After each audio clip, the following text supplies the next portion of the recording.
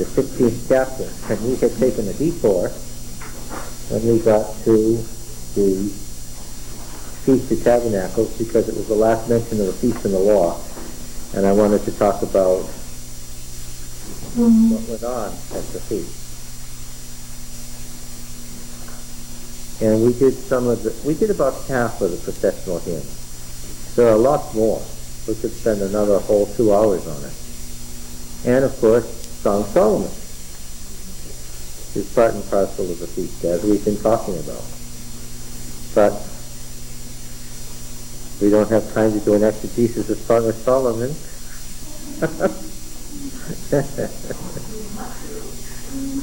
Well, we did 5 verses this morning, and we got close to talking about what they meant when we stopped. I think about 6 years now we'll get a Song of Solomon.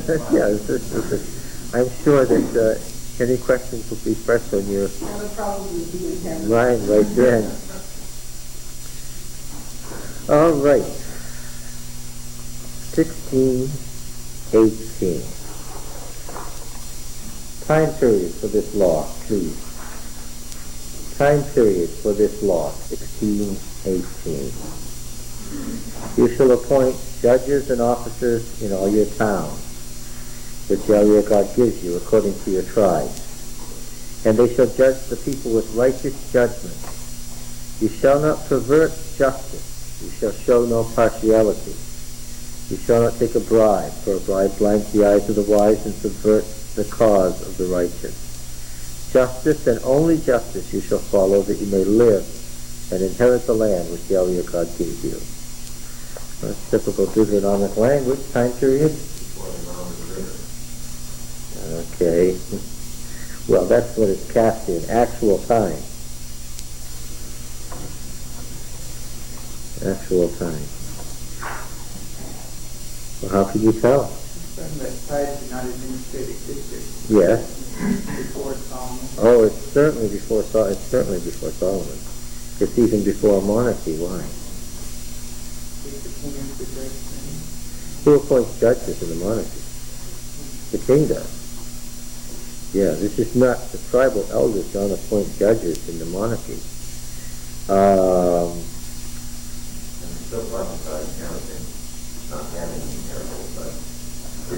Well, what's the basic unit of society in this law? And where do they live? Town. They don't live in tents, and they don't live in cities. So where are we? Huh? You're in the hill country, so where are we in time? Early judges. Yeah.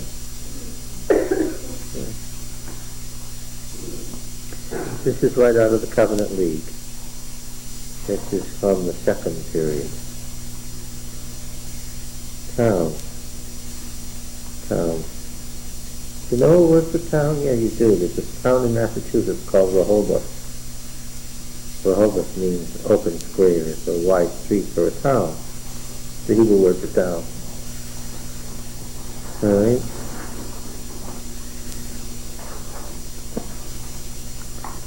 Here's something that's interesting in verse 21. Was Yahweh a man or a woman? A male god or a female god? Well, of course, in P goes to great lengths to say that Yahweh is what? In the creation, he makes it emphatic that Yahweh is male and female are the image of God, right? Yeah. There's no question that if you had pressed the authors of the Old Testament, they would have said that Yahweh is male and female. That's why there's no consort to Yahweh, because what? Yahweh is all that can be. Everything that is a reflection of Yahweh. But as time passed, what development took place? What do you think? As time passed, people began to think of Yahweh as what? As a male. Why? Because of power. Oh. Because of the male-dominated society, I suppose. The warriors, women warriors. They did have women warriors, but you would think primarily of a male if you thought of warriors. Yeah, that's true. So what tendency do you think grew up on the periphery of the Yahweh religion, therefore? What did Yahweh mean? Yeah, you had this bowl from Kuntalat Azur, which is dedicated to Yahweh and his consort. Yeah. So that Yahweh becomes equivalent to Baal and becomes a male god. That's in Song of Solomon, isn't it? The male role is who? It just happened under the influence of the Baal religion. No. Yahweh, yeah. So in Song of Solomon, God is the man. Israel's the woman. The divine marriage is being acted out. Again, over time, Yahweh became male in their mind. So there became this tendency to want a female deity, a consort to Yahweh, like Baal had Asherah. And all the way through, we've been seeing these warnings against Asherah. That tells you that there was a growing misconception of the nature of God. Look at it here. You shall not plant any tree as an Asherah beside the altar of Yahweh your God, which you shall make. Right? See it? Okay. And you shall not set up a cult pillar. These cult pillars are just erect penises. And in Megiddo, they're 9 feet tall. You just see them all. So you've got the male deity, and the tree beside it with its sap and its fruit is the female deity side by side. See? And so, what does that tell you? What does a law like this tell you? What would you say for time period that they say here? Yeah, that could have been something that people were doing, or it wouldn't be here as a law. And it must have been something that they were still doing when the Deuteronomists put the code together. Because, as I said before, we can't suppose that these are the only laws there were, or all the laws there were in the Northern Kingdom. This code isn't that long. Obviously, he has chosen one. Those things would be considered, of prime importance at the moment, yes. Okay. So, when would such a development have occurred? This clearly has nothing to do with Moses. Moses was not wrestling with Asherah and male cult pillars, I can assure you. And we know what Moses would have done to anybody who thought of making one. What would he have done? Well, Well, what did he do with those who started on that route at Sinai? He had them killed. What did he do with the people at the Baal of Peor? Have them killed, yeah. So this kind of high development of idolatry never got started under the Mosaic religion because it couldn't. So what time period, when was it that they were having this big struggle in the north with... No. When did they really have the big classic fight with the Baal religion? Yes, that's right. When was that? The struggle lasted for about 100 years, and it categorizes itself very conveniently. When was that? It was the 9th century. Right away you think of these kinds of developments and the life and death struggle with the Baal religion as the 9th century struggle.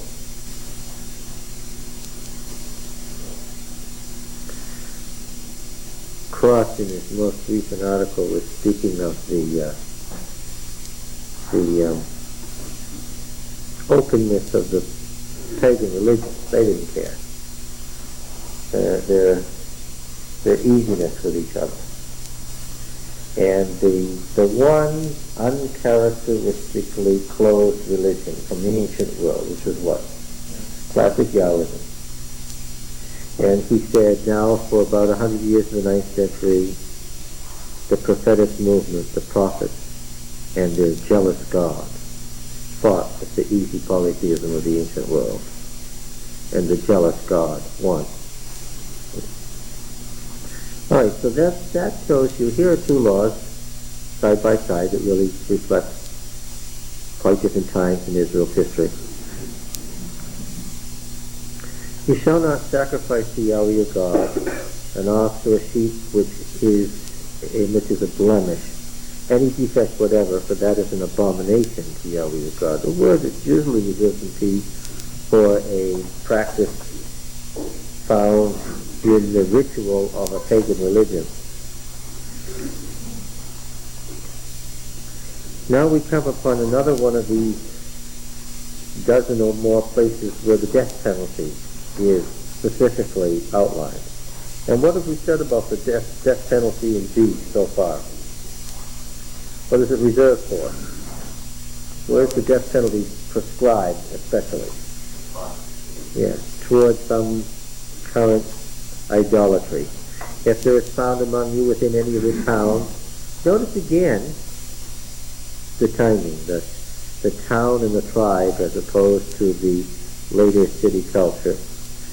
If there is found among you within any of your towns which Yahweh your God gives you a man or a woman who does what is evil in the sight of Yahweh your God in transgressing his covenant, and has gone and served other gods and worshipped them, or the sun or the moon or any of the hosts of heaven, who especially influenced Israel that was worshipping sun, moon, and hosts of heaven? That's particularly the Assyrian religion. And when you think of Assyria, you think of 9th, 8th century. Gone and served other gods and worshipped them, or the sun or the moon or any of the hosts of heaven, which may well be an insert into an earlier law, because it says, has gone and served other gods, which I have forbidden. But then you have this very strange clause, or the sun or the moon or any of the hosts of heaven, which sounds like an insert. Probably in the pre-existing law, somebody at the time of Assyria has made this other gods thing more explicit by saying, other gods means the sun and the moon and the hosts of heaven, in case you missed it. And it's told to you, you hear of it, then you shall inquire diligently.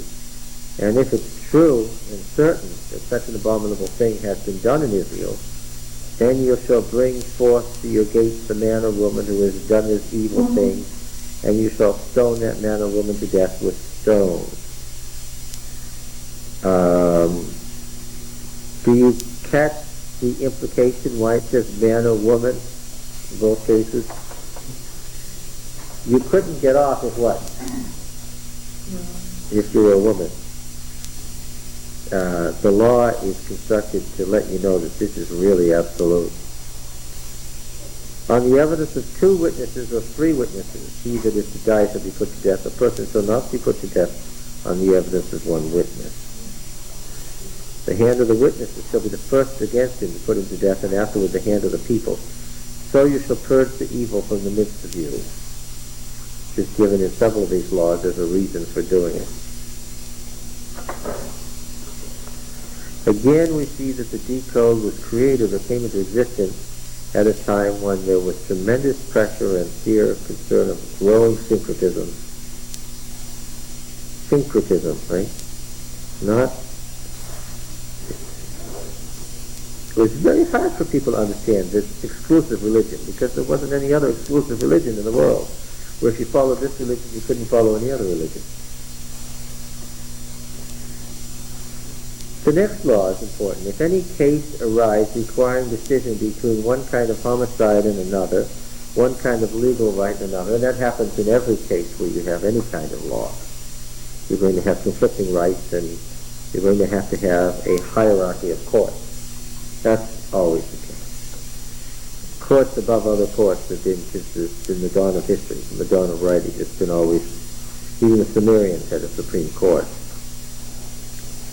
Or one kind of assault and another, any case within your towns which is too difficult for you, then you shall arise and go to the place which Yahweh your God will choose. And coming to the Levitical priest, in office in those days. I guess "and to the judge" must be a later insert, because once again, it doesn't read smoothly. So the Supreme Court was originally made up of the priesthood, of the Levitical priests, because remember, indeed, any of the tribe of Levi could serve as priests, either at the place where Yahweh would choose, meaning at the central shrine, or in any of their cities as teachers. Remember how D handles what is a priest and what is a Levite differently from P, quite differently. And to the judge who is in office certainly would be at a time when the judge takes on more of a legal role and less of a charismatic or warrior role. Judge initially would have been Moses, Joshua, somebody who's actually leading the militia of Israel in the wars of Yahweh. In the later period of the judges weren't so much the charismatic military leaders as they were actual legal officials who sat at court. The office changed gradually. We'll see this in the book of Judges. And so this, and the judge who was in office in those days, certainly indicates time when the judgeship has ossified or has become fixed as a very much a legal thing and much less a charismatic warrior thing. Okay. All right. You shall consult them, and they shall declare to you the decision. Then you shall do according to what they declare to you from that place which Yahweh will choose, and you should be careful to do according to what they direct you, according to the instruction which they give you, and according to the decision which they pronounce to you, you shall do. You shall not turn aside from the verdict which they declare to you, either the right hand or the left. This law virtually says something very important. Where is this Supreme Court? Where is it?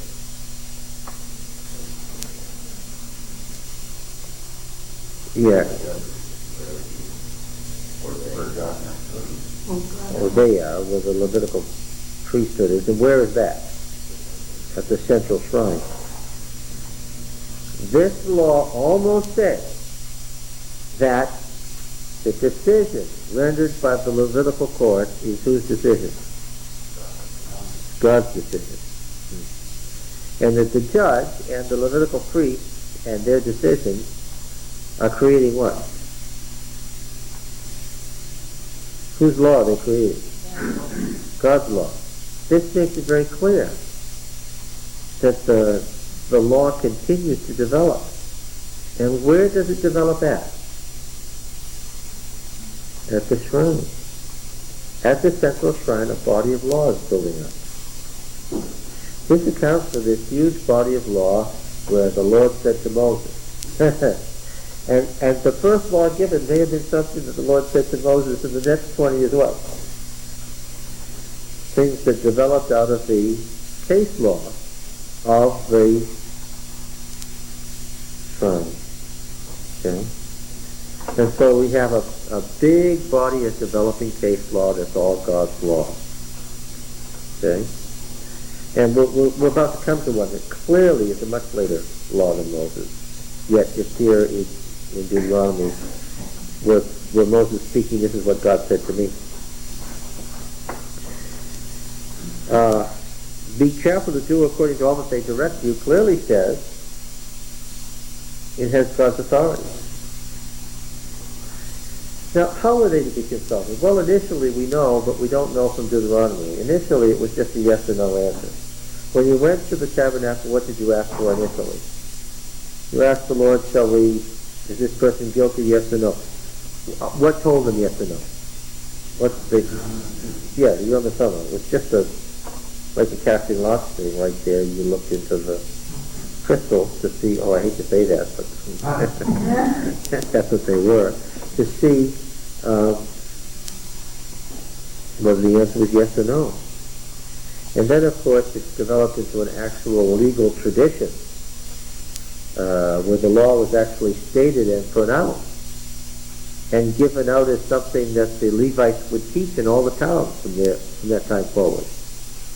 So that emanating out of the central sanctuary, there was a constant, ongoing law, developing body of law, all of which was God's law through Moses, because the judge who's in office is the Moses of that day. All right. Neither to the right hand or the left. The man who acts presumptuously by not obeying the priest, who stands to minister there before Yahweh your God, or the judge, which again seems to be a later insert, that man shall die. So you shall purge the evil from Israel. And, as we have with some of these laws, a further statement, and all the people shall hear and fear and not act presumptuously again. How would all the people hear?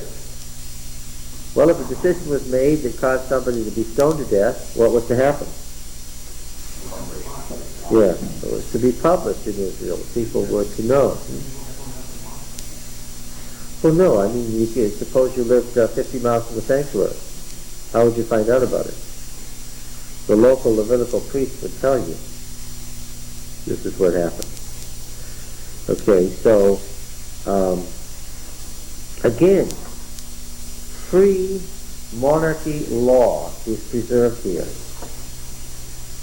Free monarchy law. All the power is concentrated in the hands of the Levitical priest at the central shrine and the judge, right? So this is clearly, the prophetic movement was keeping alive these more ancient laws long after there was a monarchy. And you see how the prophetic movement in the north kept this stuff alive. What would that tend to do to the power of the monarchy? Yeah. If they kept publishing this to say this is God's law, then the king is merely an expedient for the time. And that's why you didn't have any dynasty developing in the north. Twice there were 4 kings from a family and all the way down, 4 generations, and then it stopped. That happened twice. Never had any lasting monarchy because you had the prophetic movement acting as a constant check on the monarchy. Hosea says, they made kings, but not through me. They appointed princes, but not by me. That was a standard ploy of the prophet. He made him king, but not because God said so. What tendency is that going to have to the king's authority? If the prophet is turning around and saying things like that. The very fact that the prophets weren't systematically killed by the king tells you what? Ahab would love to have killed Elijah, but what? In fact, the only person who actually dared to say they would do it was who in the whole... Jezebel was the only one in the whole history of Israel who dared to say that she would kill a prophet.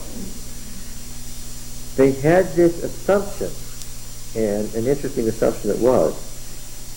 If you kill the prophet, what would happen? Well, you'd bring God's curse on yourself. Yeah. So the person of the prophet was untouchable, inviolable. That's why those youths were killed. They were making personal fun of a prophet. Right? Which even kings were smart enough not to do. Yeah, okay. Now, about the monarchy here. This is a famous law. We're going to come back to it again and again. Timing on this one. This will be interesting. Tell me what you can derive from this law about timing. I know that this is in Deuteronomy, where Moses is talking to Israel before they go into Canaan. That's the whole supposition of Deuteronomy. But I want to know about the timing of the individual laws. When you come into the land which Yahweh God gives you, that's Moses speaking to Israel before they go in, right? And you possess it and dwell in it, and then say, I will set a king over me, like all the nations that are round about me. You may indeed set as king over you him whom Yahweh your God will choose. The stuff right there. When did they begin to ask for a king? Well, there were a couple of kings. Gideon's son, yes. Jeroboam. There were a couple of local kings in Israel before the period of judges even ended. But we can say the time again. We can say it was during the 100 years that what? What caused the call for a king? Let's remind ourselves, how were the holy wars carried out? A judge is appointed by charisma. The Holy Spirit comes on the judge. The judge does some charismatic act that convinces the tribal elders that this is the person whom God has called. They call up the militia from the tribes. The word goes out to the various tribes to send you men. Each tribe sends several thousand men to a certain gathering point. A place is named. They gather. Out of this, the judge chooses as many as he wants and sets the order of battle, and they have an ad hoc militia. This is not a standing army. They have no army to fight their wars. Okay? The wars of the Lord were at God's direction, with God's power winning. You just come out. Okay? It can be as many or as few. Now, for 100 years, approximately, they fought the Philistines. And unlike the various other local tribal elements that they had either settled down with and come to live with, or else that they had destroyed, they had a problem with the Philistines. What was that? Philistines were along the coastal plain. And they crossed the top of the Jezreel Valley and went down the Jordan Valley. That's Shemesh, for instance. You think of House of the Sun over here in the Jordan Valley with its great Philistine fortress. What does this mean? What's the situation of the tribes in North Israel? They're surrounded. They can't expand, and furthermore, across the Jezreel Valley, the northern tribes are now cut off from the central tribes. Couldn't cross the lowlands without danger. Israel wanted and needed to expand. They needed the foothills and the coastal plain, and they couldn't get them. And furthermore, the Philistines wanted the wealth that were in the mountains, and they wanted to go up into the mountains. And so the clash began. It was unlike what had happened before. For 100 years they fought, and how was Israel doing in relation to the Philistine Pentapolis? No. And under the pressure of losing, what did they want? King. Oh, I understand. Huh? Strong leader. They wanted a strong central government. And with a regular army. Yes, I need to say that. It wasn't just a king to have a king. Oh, the king. Hello, sir. It was not just a king, but what? A king so that they could have what? A standing army. A king who could beat these city-states. Okay. Now, a law like this would never have been written in Samuel's time. Samuel, how can I say this delicately? Samuel went a little, what word shall I use?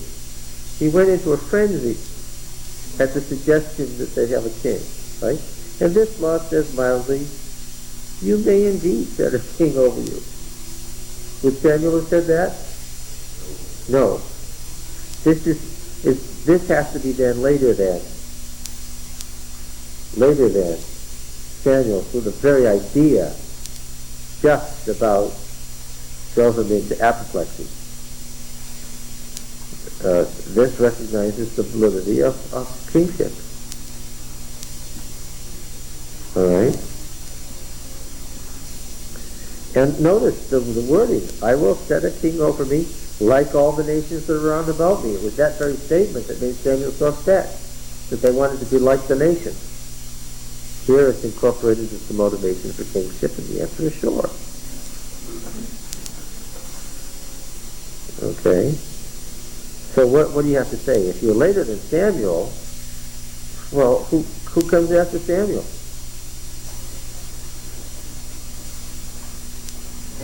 Yeah. If you're later than Samuel, then what time are you in the laws written? In the monarchy. Remember that in the northern kingdom there were only 2 southern kings. Who was that? In the northern kingdom there were only 2 southern kings. David and Solomon. All the others were northern kings. Samuel was a northern prophet. How about Saul? Doing Saul then? Saul was in Benjamin, which was part of the north. No. Later on, because of the force of power, Judah was able to retain Benjamin, but Benjamin was part of the northern league. Yeah. Now, what does it say here? There's a whole series of it. You may indeed set as king over you him whom Yahweh your God will choose. Now, how was that choosing done? Done by law.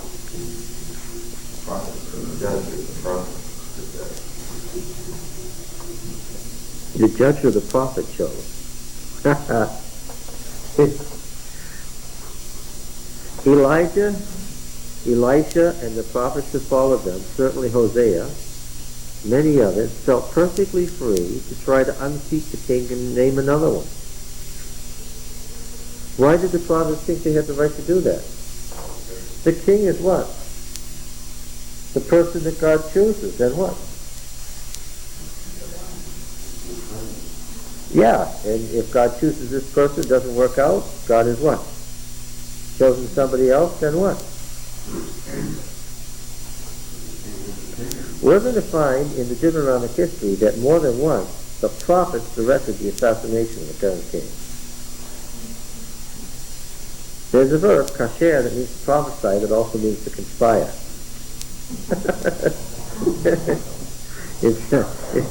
It was so linked in their minds, if you were prophesying, you were a conspirator. That was the nature of the thing. It has both meanings, and you can see what ties them together. The history of prophecy is what ties them together.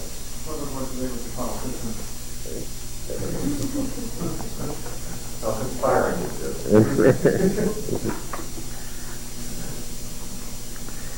Him whom God will choose.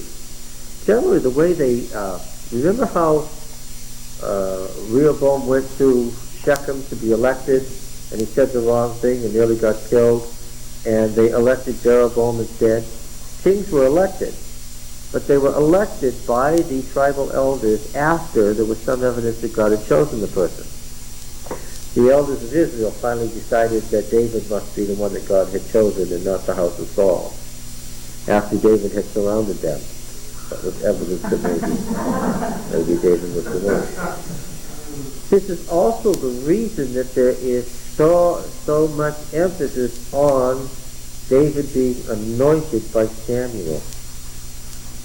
In the north, they never could have accepted David king unless what? Unless they had believed that there was prophetic evidence that God had chosen David over Saul. And that set the pattern for the north. Saul was chosen, and then he was unseated by David, by the same person who anointed him instead, and so forth. What Saul did, of course, was he was just a local wealthy young man who heard of the danger of Jabesh Gilead, and he went and relieved the city. He raised the local militia, and he went and he won, beat the Ammonite king. And so the tribal elders said, what? This is the guy whom God has chosen. How do you know? You saw the evidence from the charismatic action. We'll see at the pattern. There's some charismatic act. It's recognized as such. The Spirit came on him. The people of Israel know it. They elect him. The prophet anoints him. Okay. One from among your brethren you shall set as king over you. You may not put a foreigner over you who is not your brother. This was directed at the half-pagan kings. We have a number of them, who were part Hebrew and part whatever royal family they come from, right? A lot of these children of the family of David were much less Israelites than the populace. Why? Each successive generation is another from somewhere else. Yeah. And finally, there was so little Hebrew in them, this became an issue. The only person this text really, really bothered, though, was King Herod. He knew that he was in constant danger because this text was raised against him constantly. From what Josephus says, it's been estimated that Herod had to kill one person a day to stay on his throne. And this was the basic reason here. If he'd been a Jew, it would have been a different matter. But because he wasn't a Jew, and there was this constant quotation, he knew that there was danger. Okay. One from among your brethren you shall set as king over you. You may not put a foreigner over you who is not your brother. Only he must not multiply horses for himself, or cause the people to turn to Egypt in order to multiply horses. Since Yahweh said to you, you shall never turn that way again. And he shall not multiply wives for himself. This is pretty thinly veiled. I mean, written between the lines here is what? In between every line, what do you find? What's this about here? These laws aren't here by accident. The piling up of laws. He must not multiply horses for himself, or cause the people to turn to Egypt in order to multiply horses. Who are we talking about? Huh? Yes, he did. And chariotry. And he shall not multiply wives for himself, lest his heart turn away. That's Solomon. This is a pretty clear rejection of David and Solomon. This is the North explanation for why they could never accept the Davidic monarchy. The two kings, David and Solomon, violated the most basic laws of kingship from their viewpoint. And when you look at the glorifying of David and the Davidic monarchy in the south, remember, that's Judean state theology. These laws came afterwards. Aha! Aha! Yes, but see, what does the Deuteronomy say here? Remember, how are these laws presented? As if Moses said them before they ever entered Canaan. Therefore, what? What could the prophets say as they looked at the Davidic monarchy? They broke this law from the very beginning, even though what? They knew better. Right? It says right in the law that Moses gave, right? Now, by the way, these stipulations are, in fact, written down. The rights and duties of kingship were written by whom? Who wrote these actual laws? They're quoted again later. Who was it that warned against these particular things? Samuel. Yeah. So he shall not multiply wives for himself, lest his heart turn away, nor shall he greatly multiply for himself silver and gold. That's certainly both David and Solomon there. Remember, David was extremely wealthy, as was Solomon. We think of Solomon as wealthy, but remember, David was extremely wealthy. Anybody who's an emperor probably was wealthy, right? When he sits on the throne of his kingdom, he shall write for himself in a book a copy of this law from that which is in the charge of the Levitical priest. Remember how at the end the Deuteronomy historian said Moses wrote all these laws and he gave them to the Levitical priest to be read every 7 years. So the idea was these laws were all deposited in the sanctuary. This king is supposed to get a copy of these laws, his own copy, and it shall be with him, and he shall read it all the days of his life, that he may learn to fear Yahweh his God by keeping all the words of this law and the statutes and doing them, that his heart may not be lifted up above his brethren, that he may not turn aside from the commandments, either to the right hand or the left, so that he may continue long in his kingdom. And that, you see the catch there? In verse 20, so that he may continue long in his kingdom, he and his children. What's that saying? The reason they read that to Rehoboam was Yeah. So kingship is what? Conditional. Kingship is conditional. The guy has these laws and he doesn't follow them, what could you do? It's written right in there. And reject his children.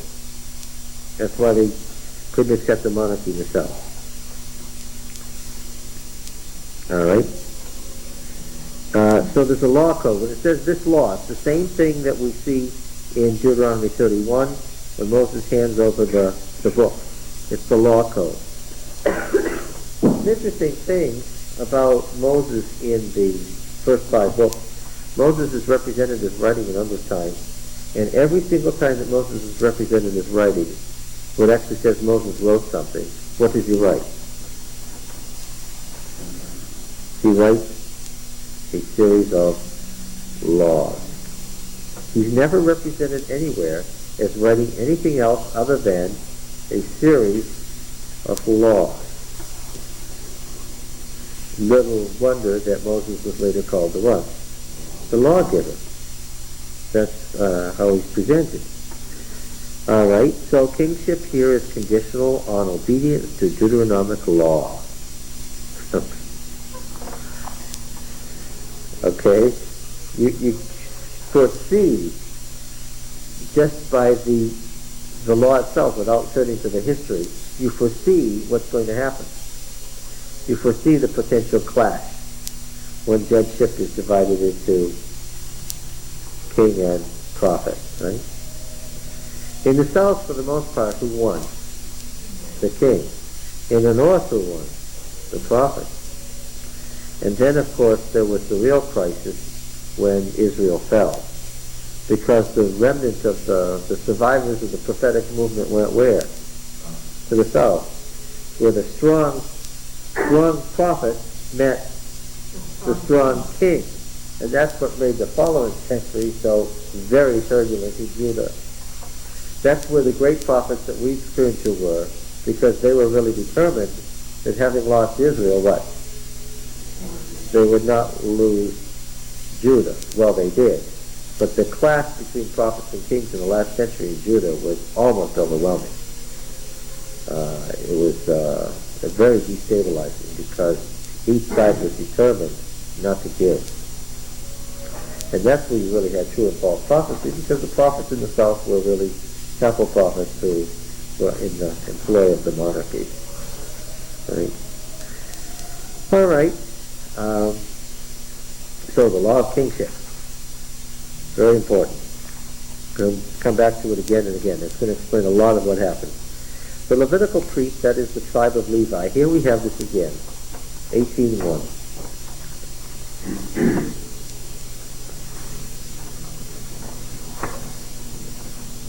In the north, any Levitical family could be a priestly family. The reason for that is probably that in the north, the family of Moses was dominant, and in the south, although there were elements of both families in both kingdoms, in the south, the family of Aaron was dominant. Okay, and in the north, we want to make sure that we know that the Moshite family are priests, along with their brothers.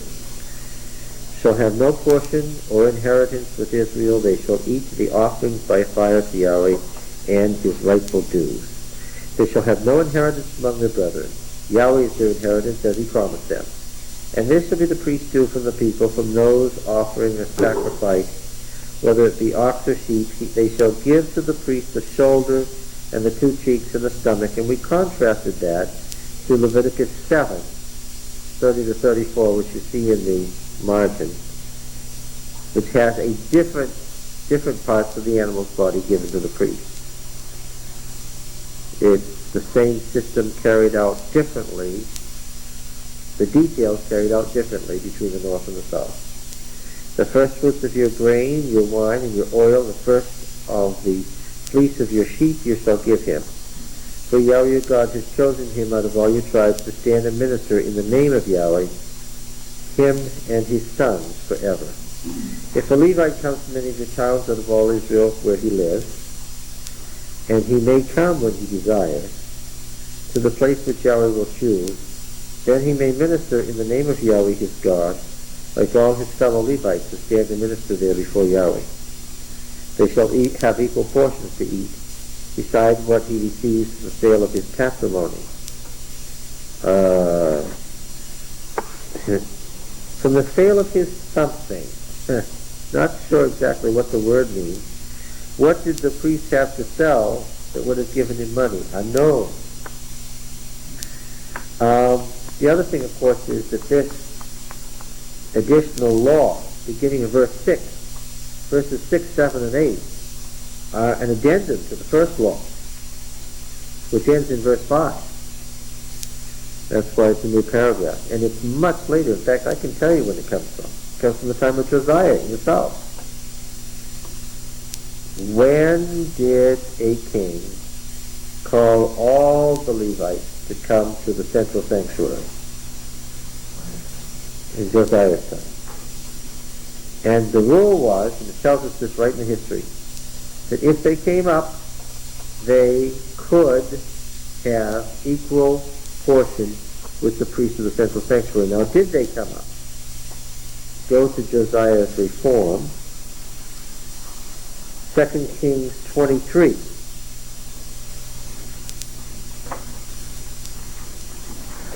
And verse 5.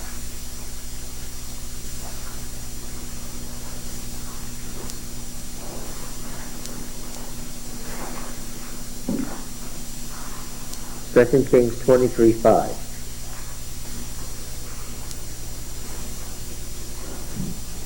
He, Josiah, deposed the idolatrous priests whom the kings of Judah had ordained to burn incense in the high places in the cities of Judah and round about Jerusalem. Those also who burned incense to Baal, to the sun and the moon and the constellations and all the hosts of heaven. There are two kinds of priests here. There are two different kinds of priests here. Did you catch it? One are Yahweh's priests, and the other are Assyrian religion priests. And of course they both get deposed. Alright, and he brought out the Asherah from the house of Yahweh outside Jerusalem to the brook Kedron, and burned it at the brook Kedron, and beat it to dust, and cast the dust of it upon the graves of the common people. We've read these verses before. This is where the historian is comparing Josiah to Moses. And he broke down the houses of the male cult prostitutes which were in the house of Yahweh, where women wove hangings for Asherah. And he brought all the priests out of the cities of Judah, and defiled the high places where the priests had burned incense, from Geba to Beersheba, Geba being the northern edge of Judah, down to Beersheba.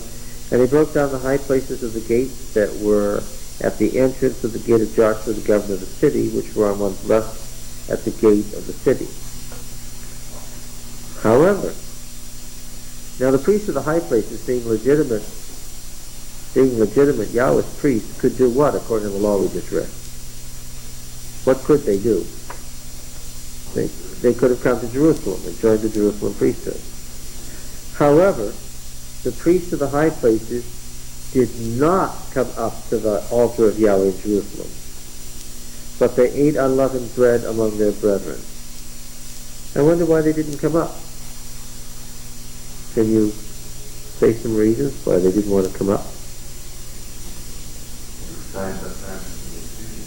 Well, yeah, there were probably syncretistic priests who carried out functions that were forbidden by the new law and probably didn't like it. That's the most obvious reason. What else? Yeah, they'd be right under the nose of the king. What else? Had they made any money from these places? Did they like the idea of having one of their high places like Gibeon defrocked, as it were, and have to go to Jerusalem? If their family had been there for centuries, what would it be admitting? Well, this that we've been doing for centuries was all wrong. Yeah, there were probably a variety of reasons why they didn't want to do that. This law here in 6 to 8, chapter 18, verses 6 to 8, is in reference to the situation in Josiah's time. There's an example of how you can have a basic law and a law developed from it on the same subject later.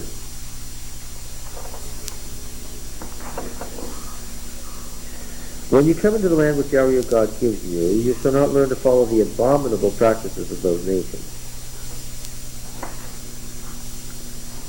Okay, we know from that we're about to hear them. There shall not be found among you anyone who burns his son or daughter as an offering.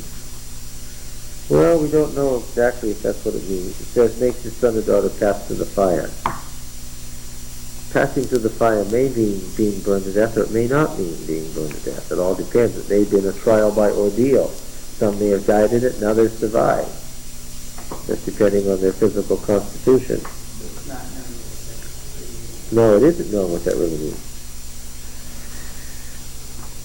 The Philistines colonized Tunisia later. The city of Tyre was not destroyed by the Persians or the Greeks. They colonized Tunisia, and there has been found there a gray Baal cult place with thousands of children's skeletons who were burned, babies who were burned alive as offerings. Now that was much later, and we're talking now 5th, 4th century BC. And it's from that discovery that we really go backwards on the Canaanite city-states and assume that this is what it was referring to. But we don't have proof of that. All right, let's see. Anyone who practices divination.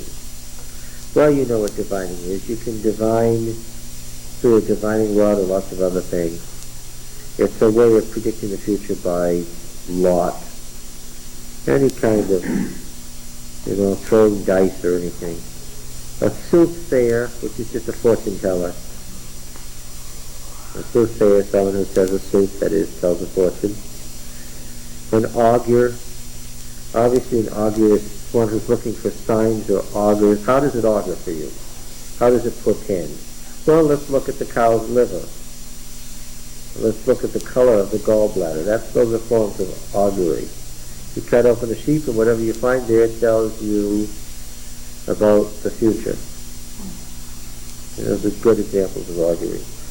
A sorcerer, obviously a sorcerer is a spellcaster, a chemist, a magician. These are all linked together in the ancient mind. Who do we think of? Who's our classic example of a sorcerer in Western culture? Merlin, yeah. Oh, a charmer. Charmer's just a hypnotist. They discovered that they could make the future happen by prediction through hypnotism. Why? They could hypnotize a person and get the weak-minded person to say, now when I say Shalom, then throw yourself off the wall. Then of course you could say to the people, watch. I predict that when I say Shalom, he'll throw himself off the wall. And he'd do it, and the people would say, what? Not understanding the physical? Yes, not understanding the physical. Wow, that's impressive. What would we say?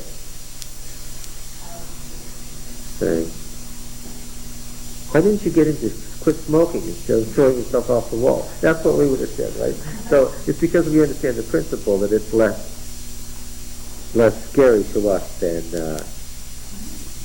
obviously hypnotism had a potential there that was disastrous, especially if it wasn't understood. A wizard, just a male witch, or a necromancer. Obviously, you can tell what that means. What's a necromancer? Yeah, one who speaks to the dead, and a medium is what? A related concept, but not exactly the same. The necromancer speaks to the dead. In the case of the medium, what? The dead speak to you directly. Ramtha is 10,000 years old. He gives all these stars good advice. And what does he want in return? All their money. Why, if he's 10,000 years dead, does he need all their money? That's my question. Yes, so much for mediums, right? These nations which you are about to dispossess give heed to soothsayers and diviners, but as for you, Yahweh God has not allowed you to do so. Well, then how do we know what the future will be? Well, we know. What's that? If we obey the covenant, then what? Yeah, we know what the covenant blessings are. If we don't, we know what the covenant curses are. So that's how we know the future. God has already spoken and we know what the future will be. And these other methods of knowing the future are from some concept that maybe somebody controls the future other than God. That's what's behind it.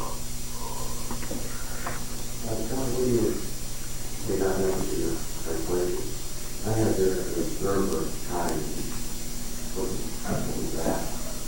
Well, it's in the not 19. I think yeah 10. Or the time. Yeah. Well, that's one way you can divine. What was Nebuchadnezzar's worry?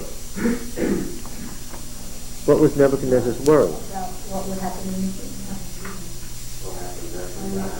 Well, no, more specifically than that, when he called in the people and said, I had a dream, tell me what it was and what it meant, and they all said, well, what did he accuse them of? Plotting to do what? Yeah, but why was he worried about them biding for time? Obviously, they should have time to think it over. Daniel asked for time. What did he say? Verse 8, Daniel 2:8.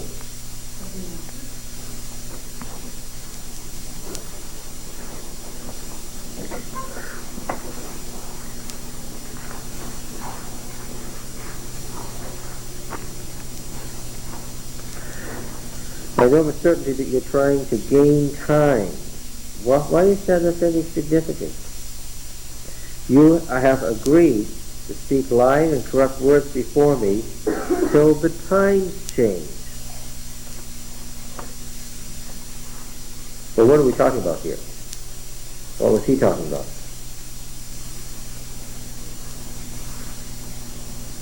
He had to know the dream and he had to know it right then, and he knew he had to know it right then. Why? He was afraid the times would change. What does that mean?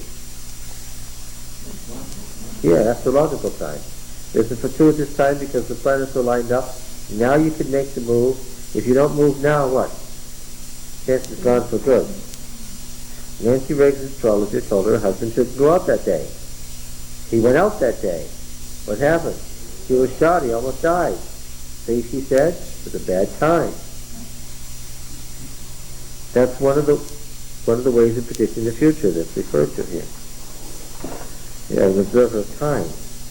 That's what the text means. He shall think to change times and the law. He has power over the astrological body to make events happen in the future. That's what that verse in Daniel 7 means. He shall think to change time and the law. I'm not talking about changing the Sabbath. I'm talking about changing astrological times is what was at issue. All right. It's interesting then that if he was really, really, really worried about the times changing, yet he gave Daniel till the next day. Okay. Yeah. Good point. He trusted. Yeah. That's right. That's the point that the author is making. He didn't trust the others, and he did trust Daniel. Okay.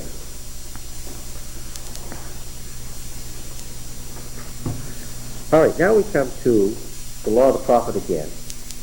This is very important. We've got to compare it to chapter 13. This is another major one. We're hitting a series of major laws today.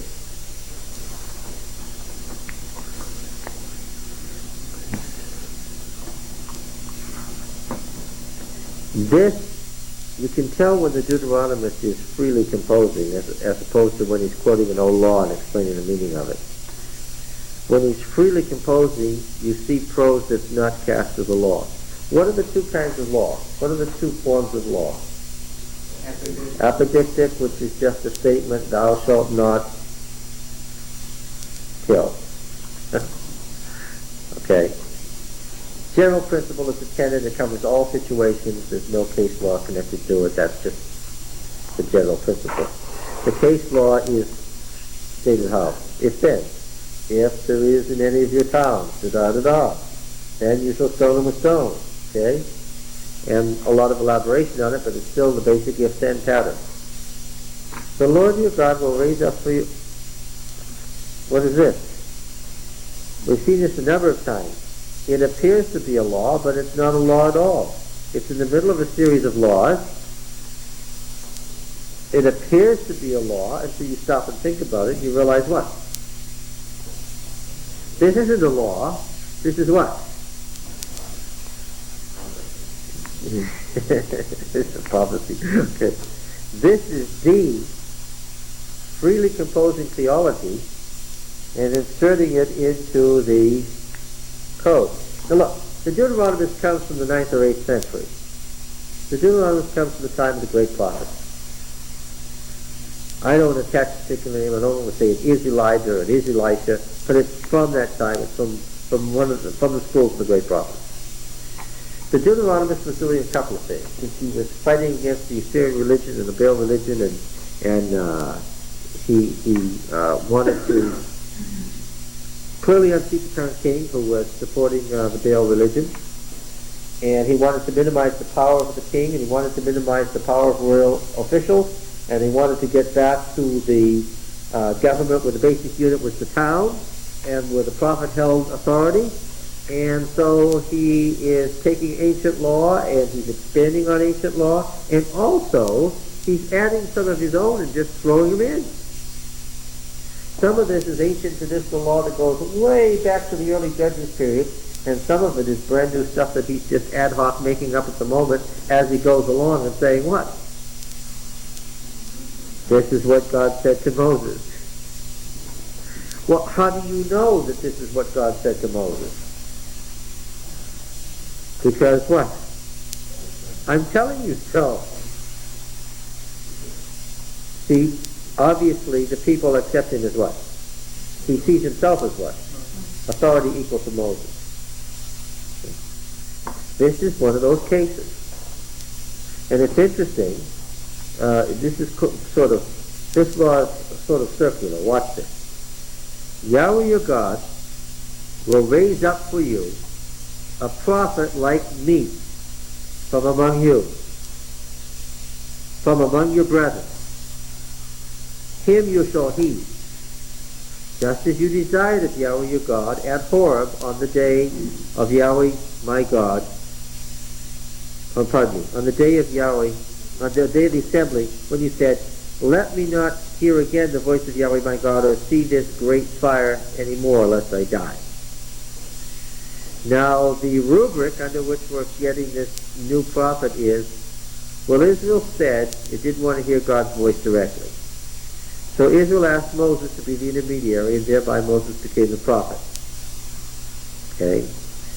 And now, Yahweh said to me, they have rightly said all that they have spoken. I will raise up for them a prophet like you from among their brethren, and I will put my words in his mouth, and he shall speak to them all that I command him. Now look, friends, there wasn't anything at Sinai that I've heard about so far where God said, because the people want you, Moses, to speak for me and don't want to hear my words anymore because they're frightened, for that reason, I'm going to give them a prophet off in the future. What did God say? He said, okay, they don't want to hear my words anymore because they're frightened. They want you to speak for me. So what?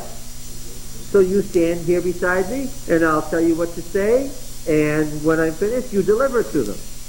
That's what the old J&E narrative said. Said, okay, Moses, you stand here beside me. They've spoken rightly. You stand right here beside me, I'll tell you what to say. But now, he has altered that slightly. And you have to say, wait a minute, what? What does God say here?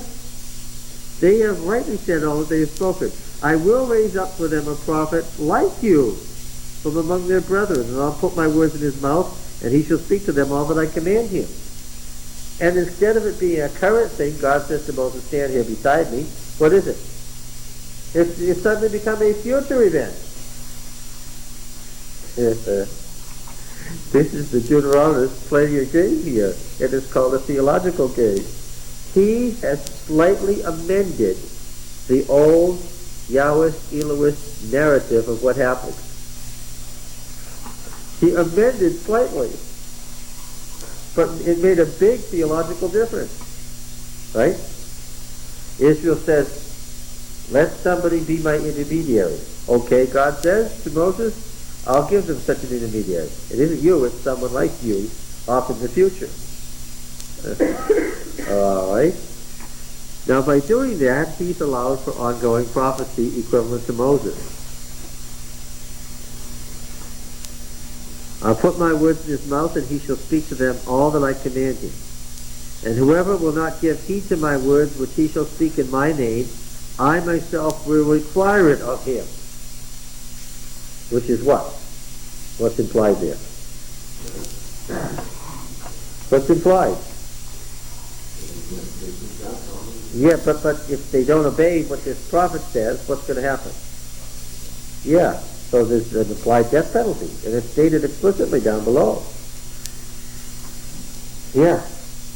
Verse in 34:10 says that the Lord is not a prophet sent from Israel like unto Moses, and the Lord communicated his faith. In 34:10, you were saying that God was going to raise up a prophet like unto Moses. But that's really there. That's 34:10. Okay, now stop and move slowly here. Who wrote the law and when that we're reading right now? Don't say Moses or you're completely lost. Who wrote the law that we're reading right now? D. Huh? In the 9th or 8th century. Shall we say Elijah to make it easy? I don't know if it was Elijah, but it's the Elijah school. Elijah or Elisha or one of them, one of those people, because just as often as Elijah would do something, he'd send one of the other prophets to go do it for him. But if I can attach a name to make it easy for you, I'll say Elijah wrote this in the 9th century. Now, this is going to test your memory here. Who wrote Deuteronomy 34 and when and why?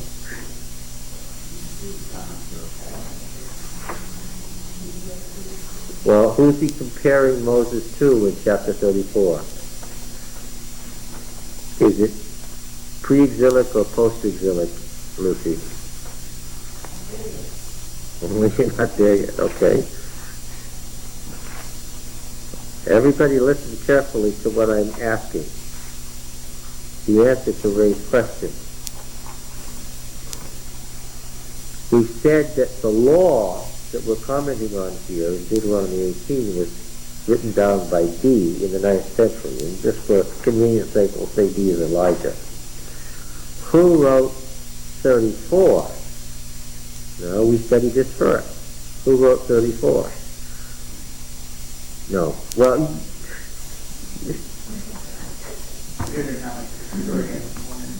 yeah.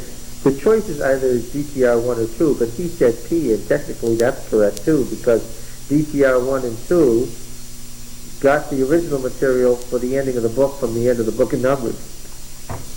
You've out-technicalized me.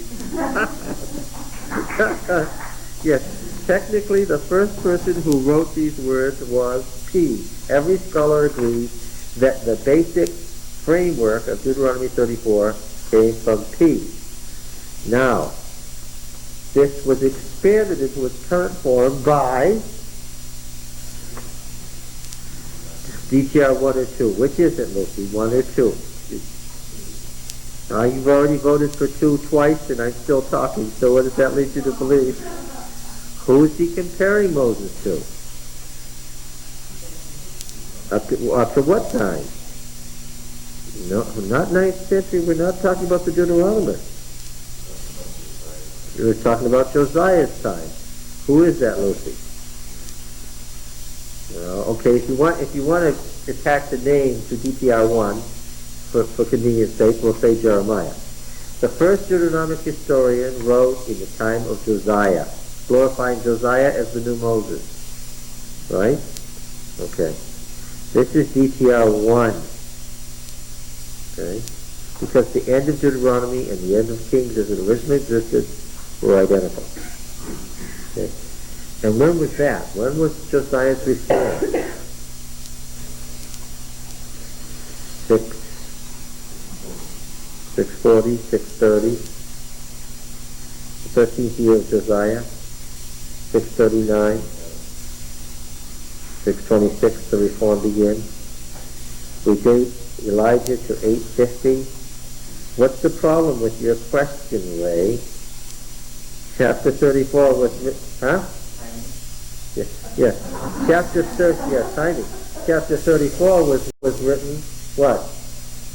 More than 200 years after the law. So you can't say, well, why does it say that no prophet has risen like him? It doesn't say that until 250 years later. So let's not hold D responsible for what DTR1 wrote. Is everybody clear on the answer? We can go over it again if you've forgotten it.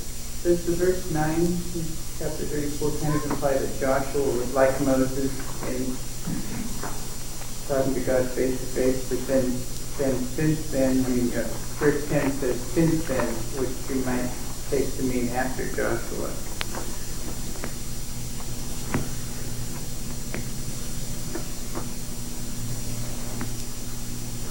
I don't see.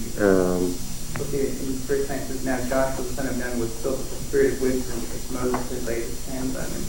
Yeah. So the Israelites listened to him and did what the Lord commanded Moses. Yeah. Since then, no prophet has risen in Israel like Moses. He might.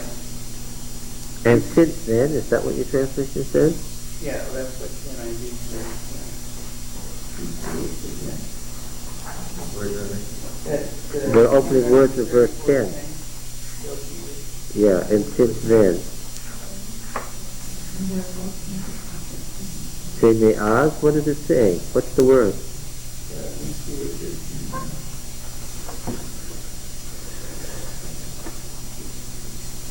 We're doing a fun thing. We're trying to see what it actually says here now.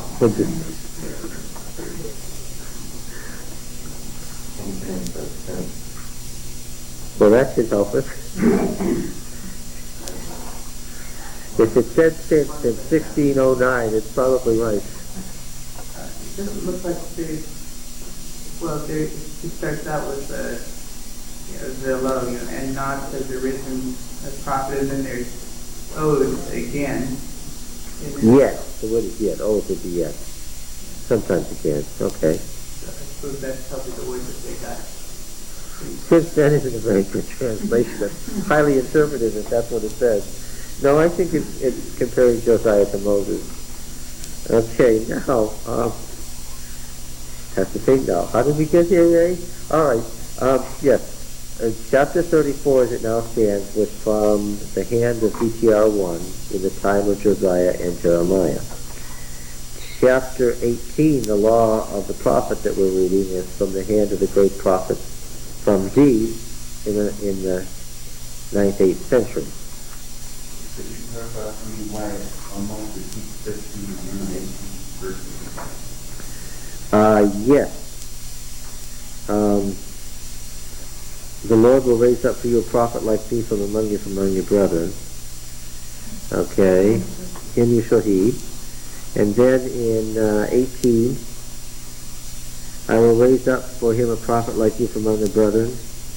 D loves the promised fulfillment scheme.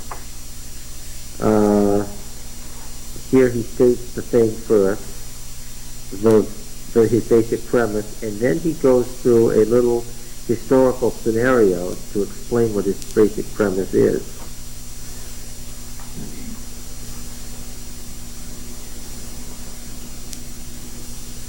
And really, at verse 19, the original law stops, and then there's further commentary beginning of verse 20 about false prophets. But what's going on here is, this is the theological undergirding or underpinning of the prophetic movement.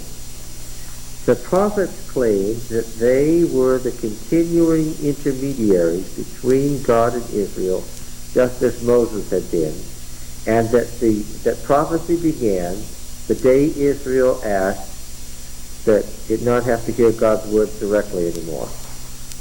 Okay? And that day, when they made that request, God decided that there would be prophets like Moses in the future. This is the prophetic movement, theological argument. Okay? It's somewhat different from the earlier narratives. This is a developing theology here. So is BTR1 contradicting that by saying that there really weren't any prophets from the time of Moses up until Josiah? Or maybe his qualification that spoke with God face to face was what said Moses? DTR1 is playing the same role that D played in the first place. D, by doing this, is saying what? He's saying there are prophets. He's saying, I'm the prophet. DTR1 is saying what? He was not a prophet. Who was? Well, of course, Not the prophet, but the prophet like Moses. yeah. DTR1, by surrounding everything that D had written and making it all his own, said what? He didn't make a distinction between himself and D. He said what? Yeah, I'm Moses.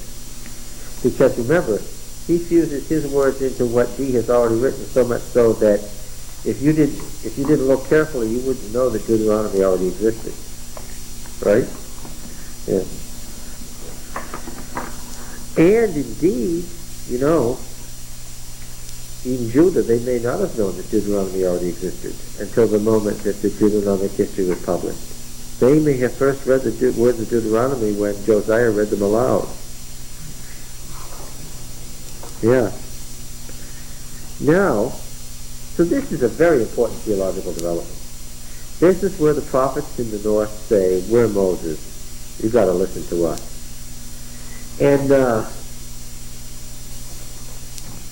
person, of course, whose doorstep I have laid this all at was Elijah. And for a very important reason. By the time of Elijah in the 8th century, they had an image, a picture of Moses, a popular picture of Moses. Moses and the people of Israel, as they thought of them back at the time of the Exodus, were desert people. Now, Israel in the 9th and 8th century was a city nation. The great cities were the center of their culture. Although it was small, Samaria was a little Asher, a little Nineveh. Had the same ivory palace and so forth. Okay? Very luxurious. Trade with Tyre and Sidon throughout the Mediterranean was a luxurious city culture. When they thought of Moses, they thought of the people that they knew who came from the desert. Now, who came into Israel from the desert? Who did these city people actually meet from the desert? Well, they met donkey caravaneers who carried the goods across the Arabian desert. That's what they thought of when they thought of wild man from the desert. Now, what was Elijah's business? Where was he from? What was his business? How did he make a living?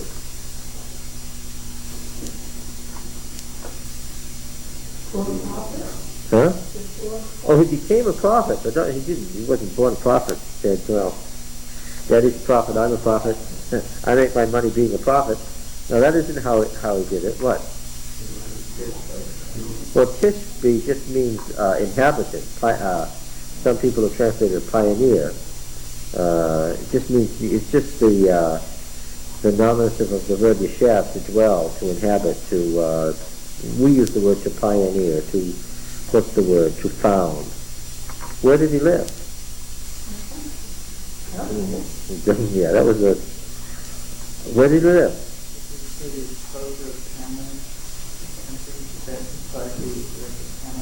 Yes, he was clothed with camel hair and a leather, what we would call a belt. So, he was a camel caravaneer. Well, no, he lived across the Jordan. We know right where he lived at the Jabbok, on the outer fringes, right on the edge of the desert, where these camel caravans came down from Damascus and would have first hit Israelite territory. And doubtless he was traveling back and forth from these places. He knew the Assyrian religion. Why? That was his business, to go to those places and come back.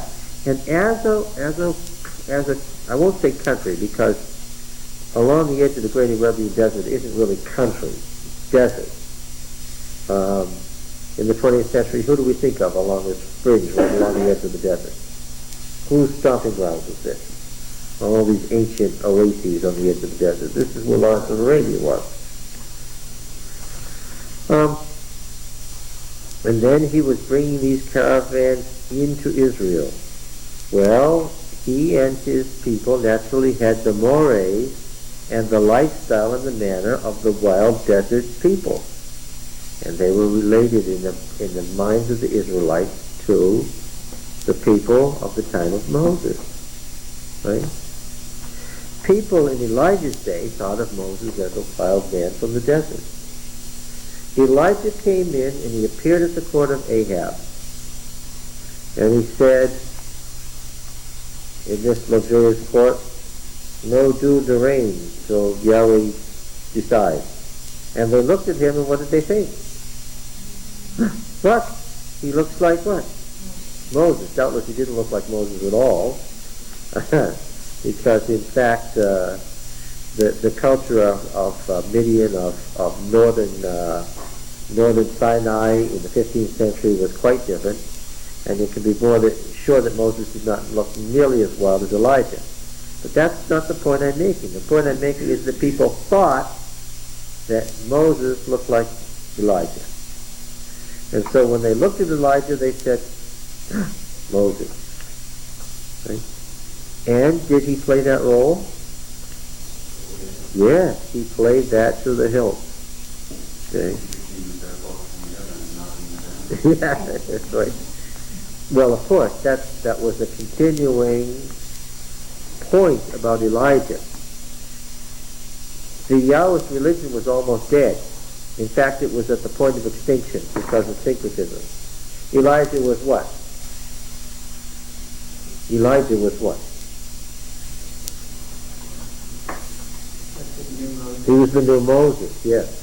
Refounding the Yahwist religion and keeping it alive, and the new lawgiver. And what do we see here? There's a prophet coming who's what?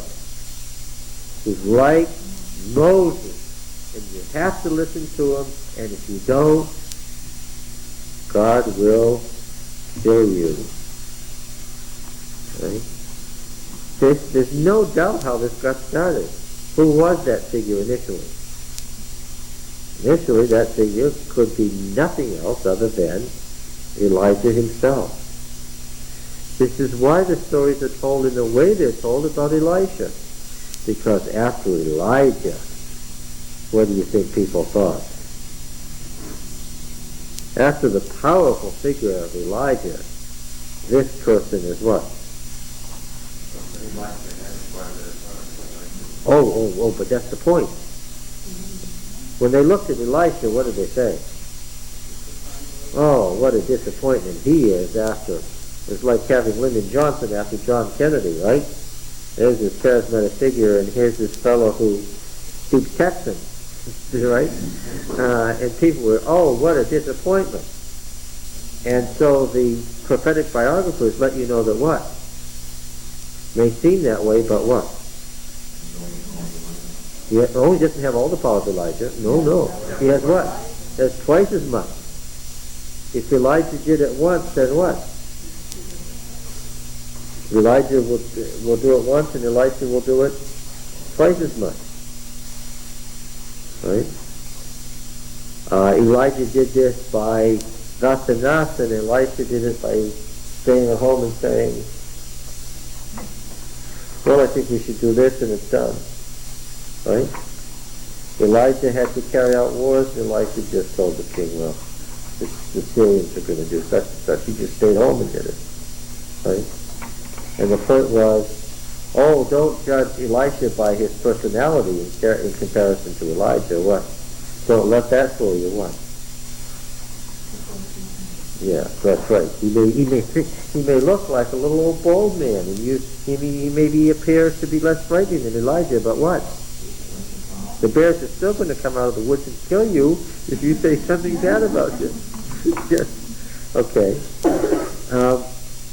Whoever will not give heed to my word, she shall speak in my name. By the way, the peals indicate continuing action here. This is a prophet will keep coming. Now they had to, of course, contend with false prophecy at this time. And verse 20 is an elaboration. The prophet who speaks a word in my name which I have not commanded him to speak, or who speaks in the name of other gods, that same prophet shall die. Now here we have a death penalty on prophets. This is new. Yeah. If you say in your heart, how may we know the word which Yahweh has not spoken? When a prophet speaks in the name of Yahweh, if the word which he does not, word does not come to pass or come true, it's a word that Yahweh has not spoken. The name of Yahweh is the covenant law, of course. And you have to catch the theology here, or you're bound to go down the wrong road. When they say, when he speaks in the name of Yahweh, if it doesn't come past or come true, then Yahweh didn't speak. They don't mean Jonah said the city will be destroyed in 6 weeks and then it wasn't destroyed. If you thought that's what it meant, then Jonah would be a false prophet. That isn't what it means. To speak in the name of Yahweh means to speak according to covenant law, and therefore of covenant consequences, of blessing or curse. What Jonah said happened. Jonah spoke in the name of Yahweh and it came to pass. And that's what Jonah was mad about. Because Jonah knew something about covenant law that he didn't want to say. Which is when you speak in the name of Yahweh, what? If you speak a curse because they're not obeying covenant law, then what? The curse will come on them unless what? Unless they repent and obey covenant law, in which case they're going to get what? A blessing. Now you remember that Israel was in a big fight with Assyria at the time Jonah lived. Jonah didn't want to go to Nineveh. His great concern was that if he went to Nineveh and spoke in the name of Yahweh and threatened them, that what? They would repent. And if they repented according to covenant law, then what? They would be blessed. And that's the very thing that Jonah was concerned about, that they would be blessed. And he says so. So Jonah fulfills the conditions here. He spoke according to the name, in the name of Yahweh, and what he said came to pass. Because the Ninevites understood Jonah's statement as meaning what?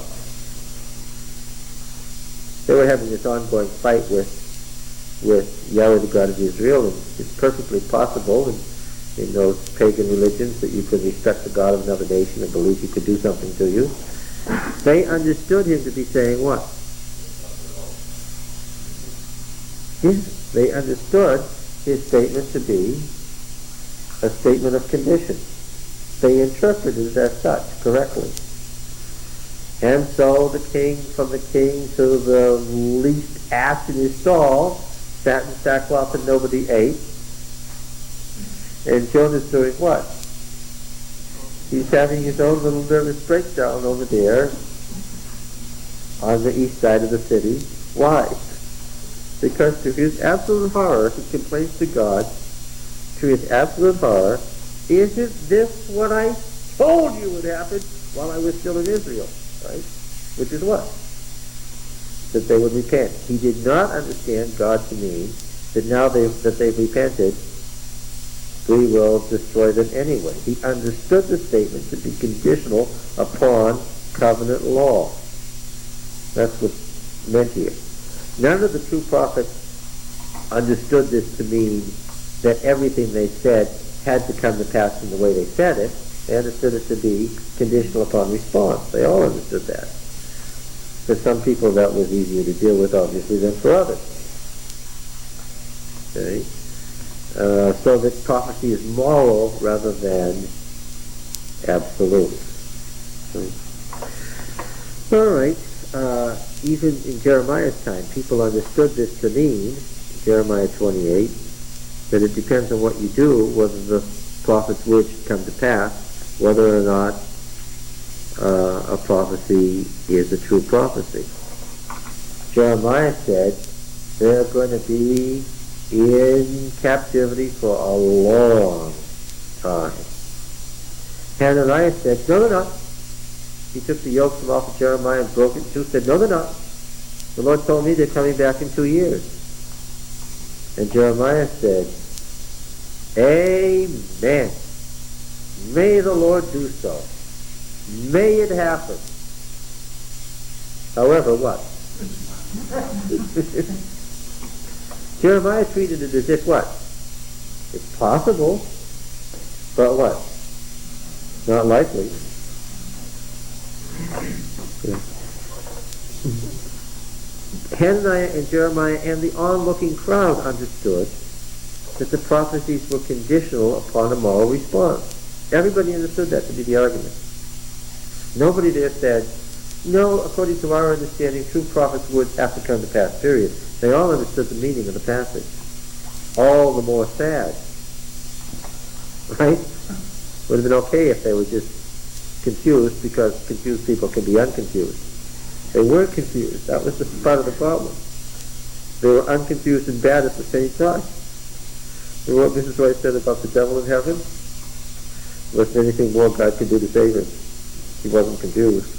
He understood what he was doing. Okay. All right. So you don't need to be afraid of a prophet that speaks presumptuously. Okay.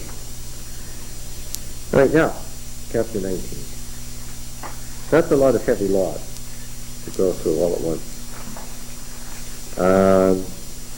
It's interesting, and I don't know if it's intentional or not.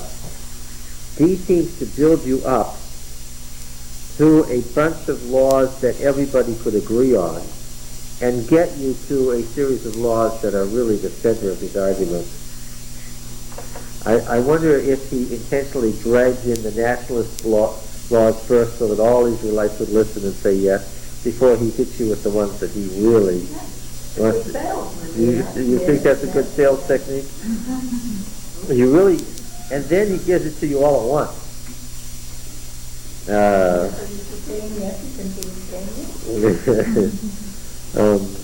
I don't doubt that when people first read this code, it's right here in these chapters that things slowed down and they began to say, oh, so that's what you're after, is it?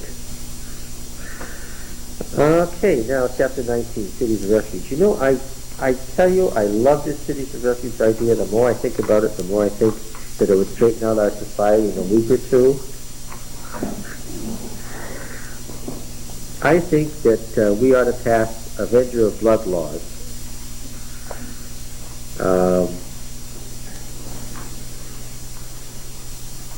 There's a man up here who told these boys at the lake that he knew where there were some turtles.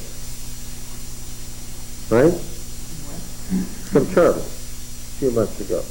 And one of the boys went with him to look for turtles, and he took him to a ruin there in the area near the pond, and he raped a child and slit his throat. And the family was grief-stricken, and the father wanted to kill this man. He was just out of his mind with grief and anger at the arraignment. And of course, you know what this man did. He pled insanity so that what? So that essentially nothing will happen to him. But that wouldn't have happened in Israel. He did it. What would the law have been? At the arraignment, it was determined that he did it. His lawyer didn't say he didn't do it. What would the law have been? They would have given him to the family to decide what to do with. Of course, he wouldn't have lasted long. But, and that would have been the end of the matter. And everybody would have seen what happened. And that's what would have been on television. You do that, what's going to happen to you? You don't want to do those things. Why? very short life thereafter. Very unpleasant. That could solve an awful lot of trouble. I like this adventure of law thing. I to be, it's just common sense. I really wish we had that law. And it would save a lot of emotional wear and tear on families who suffered terrible tragedies too, right? That family could have a sense of balance back in its What life. if that man later on isn't filled and then he comes to the Lord and is saved? He should repent in the day or so he has before the family puts him to death. An early repentance is better than a late repentance. Well, but he might think, yes, he might, but God knows that before it happens. And he judges the man, not I. So I don't have to worry about it. Harry Orchard could have been executed before he was converted and still be in heaven. If God knew what he would have done, give him the opportunity. And he does. That was the reason for the law of blood. From God's perspective, it didn't matter. Because he judged the man. I saw a program on Channel 2 studying repeat sex offenders who have murdered. And the problem is that study after study after study shows that no matter how much work you go through with in prison, what happens when they get back out? The state of Oregon let out some fellow who had taken a 4-year-old boy and tortured him to death and left his body hanging in the closet. Well, they still found the boy's body when they caught up with him. They put him in prison, they put him through a sex offender program, and they let him back out. What'd you do? Well, of course, this is predictable. Look, we think it's very strange, and it's a question that comes up again and again and again about the Bible. God told Israel to do what to the Canaanite cities? Kill them all, even the little children, the animals. Everything connected with the culture was to be wiped out. Apparently, God believes there's a time when it's pointless for people to continue to live, and that if they continue to live, disaster will hang over you. And we find that very strange, because in the 20th century, we want to believe there's some kernel of good in everybody, that if you just keep trying, what? You'll somehow eradicate the evil. Humanism. The noble fact. Humanity is getting better. We're on an upward evolutionary spiral. Yeah, I guess that's it. If you have that as your presupposition, that we are on an upward evolutionary spiral, that somehow you ought to be able to eradicate the fallacy somewhere. And it just doesn't happen.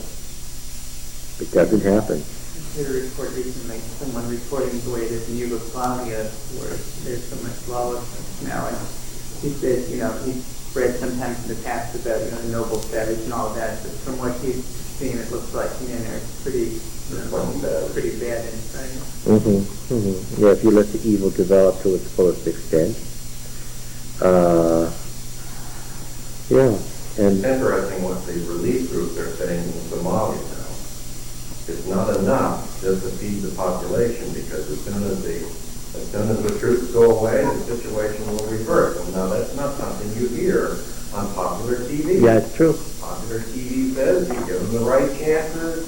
You get the whole social thing about poverty and background and everything is, well, if you just give people the right chances and you give them the right education and the right stuff, well, they'll respond to that and they'll be good and they'll be better. Yeah. You would think that some 19th century ideas, the history of the 20th century, would have rooted out utterly, but they don't go away very easily, because they are rooted in an evolutionary theory that the culture still believes. Yeah, so I don't know. I guess we'll just decline into total lawlessness that's described at the end of the world. Somehow our society doesn't seem to be able to get itself together in any structured way or things like this. Well, if you were a manslaughterer and you killed somebody by accident, your life was still going to change forever. Why? Even if it was by accident. If you kill a person, what? Yeah, you'd have to live in a city refuge. Your life was going to be totally changed. If, on the other hand, the elders of the city of refuge commune with the elders of your city, and it was determined by trial that you had committed the murder, wasn't unintentional, then what? Then you were turned over to the avenger of blood immediately. And if you wanted the life to go on normally and you strayed from the city of refuge, even in the case of manslaughter, what could happen? The avenger of blood, if he found you outside the city, could kill you anyway, without further questions asked. So that was there. Killing somebody except in war was murder. And actually, if you stop and think about it here, there isn't a presumption of innocence until proven guilty. What is there here? If you kill somebody by accident, your axe head flies off and crushes their skull, what does it say to do? Flee. The burden is going to be on you later to prove that it was an accident. So now, don't go home, run, because anybody from that person's family can kill you right now. And so the assumption was what? Quite the reverse. Guilt. So proven innocent. Yeah.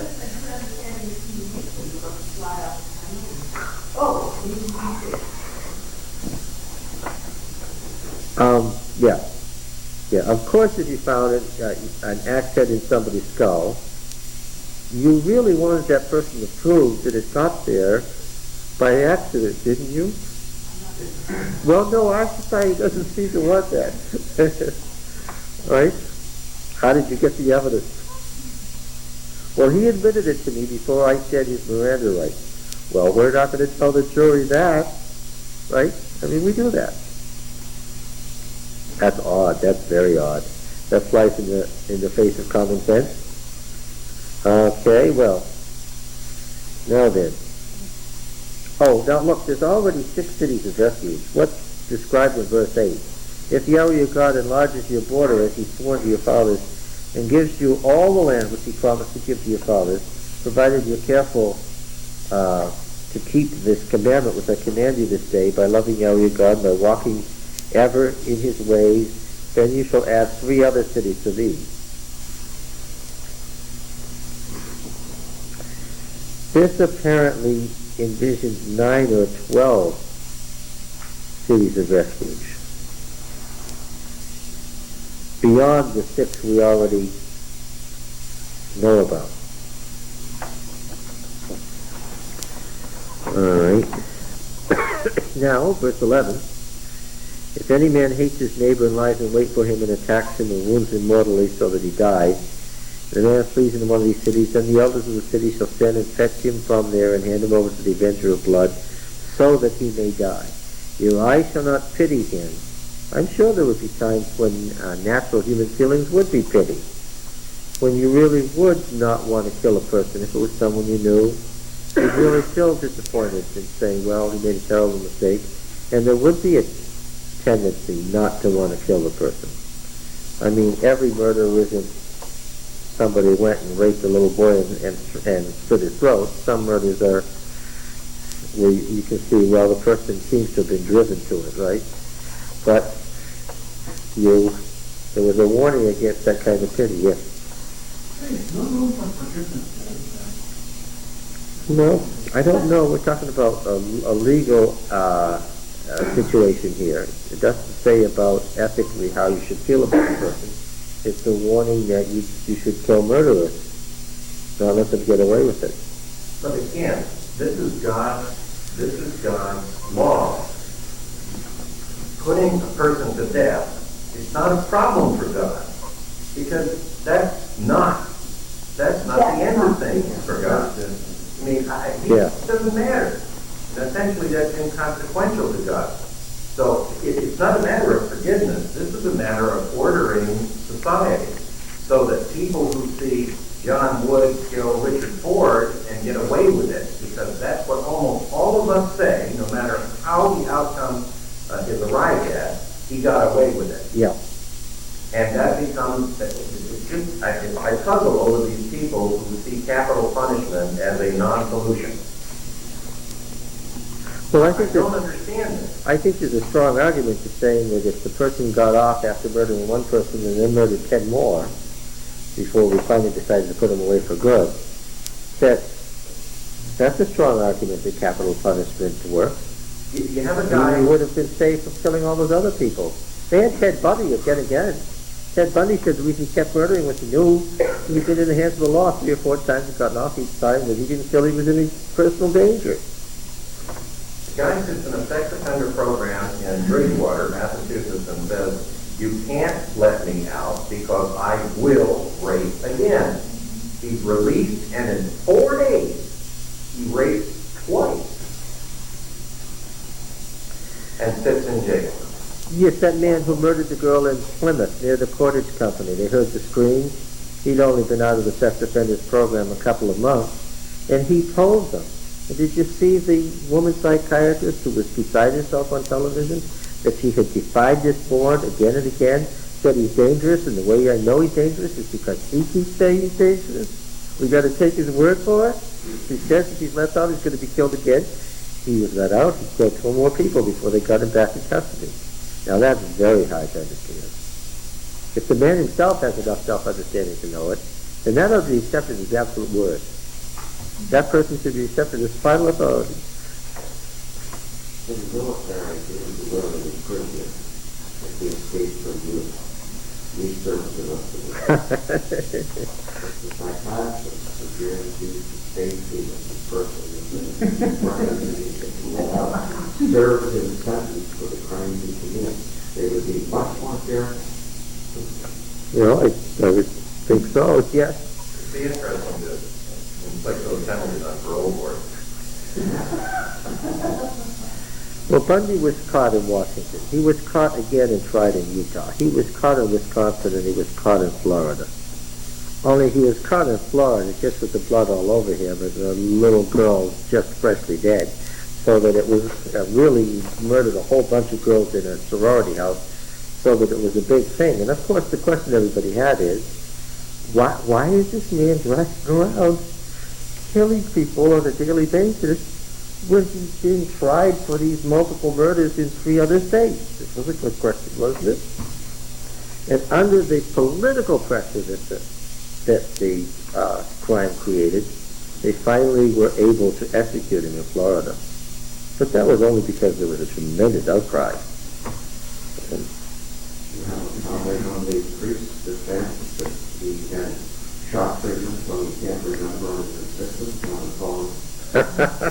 That's an interesting defense. I don't remember it now. He admitted to it just a couple of months ago. Okay? What was shocking about that was that the bishop said it was being overblown. This was not a good way to... It's interesting, and his lawyer said that the suspension of the statute of limitations by reason of going out of state is unconstitutional. That has been tried twice in the Supreme Court in the 19th and 20th centuries and found that the statute of limitations is not a constitutional issue. The states may order that as they wish. I don't understand lawyers, the tolerance of society for lawyers. Except this groundswell of humanism that seems to have just completely gotten a grip on it. We have to be sorry for everybody. We would help a lot of people if we ordered some structure in our society. A lot of people would succeed who are going to fail right now because there isn't structure in our society. I think that our society has various guilt complexes over things we really did wrong, and we try to make up for those things by being too weak in other areas. The warning... Apparently, in the country, but that, you see, that's what makes possible the time of trouble. When you get things totally out of control, then what do people long for? The famous statement, the old lady was asked, why did she support Mussolini? Both, the Weimar Republic in Germany, the French Revolution, what was going on in Italy in the 1920s, was the total collapse of society. That's a picture of the end of the world. Okay, that's what it's going to be like. You can see why people will go along just to get some order back. Even if the order is up. Yeah, they would have a dictator there overnight if they could find one. They'd be delighted to have one if he could deliver the food and keep the rebel elements out of control. And there's a lot of people in Eastern Europe and Russia who are longing for the days of communism and wish there were 300,000 KGB agents in Russia today, so that what? So that they could have stability back. People would rather live under a dictatorship than under the chaos that they have to go through, yeah.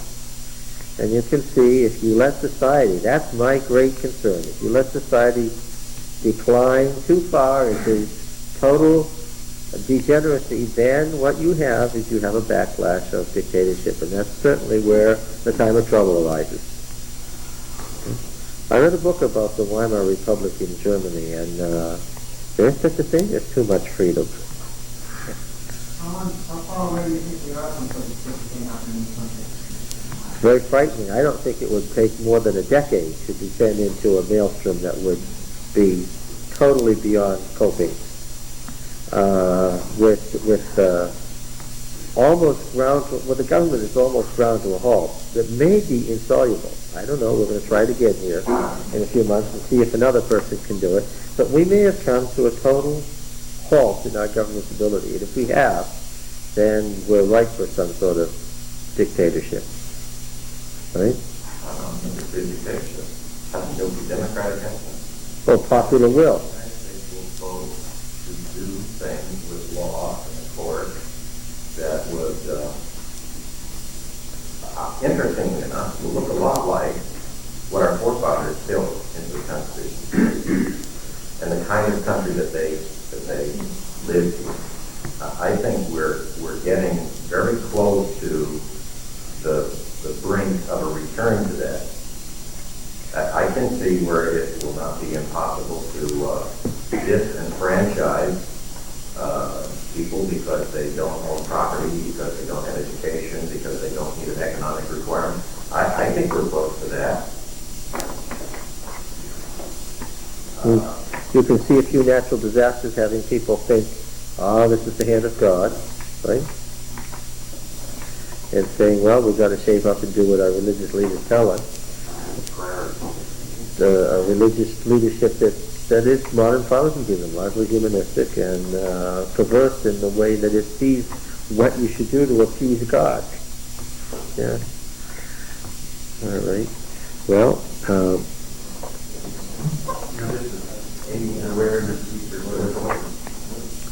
wondering how some AIDS didn't get started in all these orgies of what they had to say.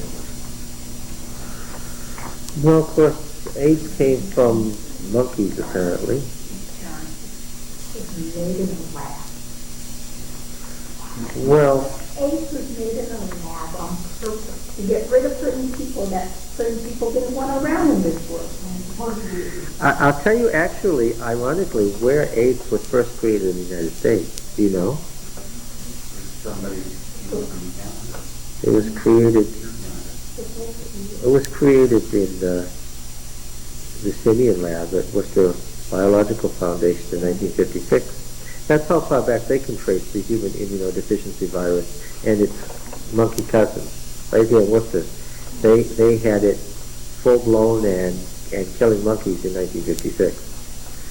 It's a disease that's been around for a long time. They saved some tissues from some folks who died under circumstances the doctors didn't understand in the 1950s, where the symptoms were so strange that they decided to save the blood tissue, and sure enough, what do they find in the blood? Far back as it goes, 1952, and there it is in people's blood. So it's been around for a long, long time. Occasional thing. Well, if it came across with the steady immigration from West Africa to Haiti, of course the problem there is that in those West African religions, monkeys are killed and eaten as sacrifices as part of the local religion. Yeah, and of course if you're going to eat monkeys, you're going to eat them raw, and you have simian AIDS, and that's close enough because of the nature of the monkey's body and the human body so that the virus can survive and transfer. And they've done that, and they've been able to transfer from humans into monkeys to show that yes, you can move this virus back and forth, then yeah, the eating of monkeys probably and the raw blood of the monkeys resulted in giving it to people, and then it came to Haiti, and of course from Haiti it came to the United States. But you don't have to do that. Probability, I mean, we're aware that there are diseases. Polio, for example. When I was a kid, polio came out of nowhere to be the biggest thing going in the 50s. Mm-hmm. I mean, for someone to have polio, at least in the United States today, is an event. It just doesn't happen. I think we sometimes we overlook evolution does occur. Microevolution is a fact of nature. And the largest factor in microevolution is the natural mutation of organisms and genetic structure. If you've watched the movie The Andromeda Strain, it's a very good picture, a Hollywood picture of what happens to all sorts of organisms and has through time. This virus mutates much faster than any other known. And again, because the shorter the life cycle of any organism, the more rapidity with which mutation takes place, and the probability that some mutation may cause something really unpleasant to happen. I have a tenant who's dying of AIDS right now, and he said that his doctor told him that the reason he's dying so rapidly is he has many different forms of AIDS because he's been exposed to the disease again and again and again. So some people have lived 20 years with it. He's dying in a couple of years because he's been exposed to it repeatedly. And so he's got it mutates so rapidly that there's many different strains of it, and he's got several different strains at once. That's why various conditions can develop. And it's, to a certain extent, it's true that Mrs. White said that to a large extent, the people of God will be protected from the effects of the 7 last plagues, but not completely, right? One of the reasons that the righteous in Revelation 7 are singing praise because they won't hunger anymore, thirst anymore, be scorched with fervent heat anymore, or have diseases anymore. Those statements in Revelation 7 don't make any sense until you read Revelation 16, and what has this righteous group just passed through? It's passed through the plague, and they themselves have obviously, when you read the praise song in Revelation 7, have what? Have suffered in those plagues. And Mrs. White said that the health message would help to minimize the effect of the plagues, but she made it very clear that the righteous would suffer from the plagues, and it's perfectly possible that with the ozone layer going somewhere else other than where it's supposed to be, as AIDS and so forth, that the righteous will suffer some of these things. That's some of the things that are going to happen. You can't have the whole system breaking down and be dependent on it for life without suffering the consequences. Some of us are going to go that way. The key to all that, like it is here in Deuteronomy, is that God, it's all in God's hands. Yes. The thing is, is, it's not up to us to judge. It's not up to us to put a value on that. It's ours just to do. This is a big problem in the Western world. The people asked Jesus this question, and it wasn't a big problem in their day, and that's why not a big thing is made about it. To us, it's a big deal. Somebody asked Jesus about some terrible thing that happened to a person, because the question wanted to know, did the person cause that? And only Luke records an interesting answer Jesus made. On the side of the hill of the city of David, the oldest part of the city of Jerusalem, there was a tower. And there was an earthquake. And this tower, Josephus records this, Jesus referred to it, this tower collapsed. And it didn't just collapse onto an open field. It collapsed onto 32 Galilean pilgrims who were there making their pilgrimage to the temple to offer sacrifice to God. And they were killed. And they were killed in the course of doing the right thing, the most righteous thing they could be doing. And Jesus brought this up. He said, well, I'll give you a more direct example, he said. What do you think of the 30 Galilean pilgrims that the tower fell on? Well, now, there the person was stumped because the person couldn't think of anything that these people had done to bring this disaster on themselves. They were in the course of giving sacrifice, and the tower fell on them anyway. So Jesus brought up an example the person couldn't get out of. From the viewpoint of the Jews, there was nothing that those people had done to cause that disaster. And it happened anyway. And Jesus brought that up as an incontrovertible argument to say that bad things happen to good people. And then he said, but do you get the point? You shall all likewise die. And his point was, these people died early, what? Other people are going to live longer, but what's going to happen? Everybody's going to die. And after that, the judgment, Jesus said. So what? So what was his point? So they died. Yeah, so they died. After that is judgment. That's the part that counts. Jesus was saying it doesn't matter if you're 30 years old and the tower falls on you and you're a good person while you're going to offer sacrifice, or you're a sinner and you live 100 years old. It doesn't matter from God's viewpoint. What matters is what? All this is virtually level. It may not seem so to us, but Jesus said all this is virtually level. What counts is what's coming thereafter. That's the point Jesus made. If it's long or short here, if you die unfairly or fairly, it's irrelevant. It's what comes after that you need to be worried about. It's an interesting answer. From God's viewpoint, it's not, these things are the prelude to the real thing. Yeah. So we shouldn't get too, yeah. It's just like when they came and told him Lazarus was sick and he was dying. And Jesus said, oh no, this is not a sickness unto death. Yeah. Well, he did die. So Jesus just stupid. Well, when he got there, he said Lazarus isn't dead. Yeah, exactly. Well, interesting again. Thank you. Are we meeting next week?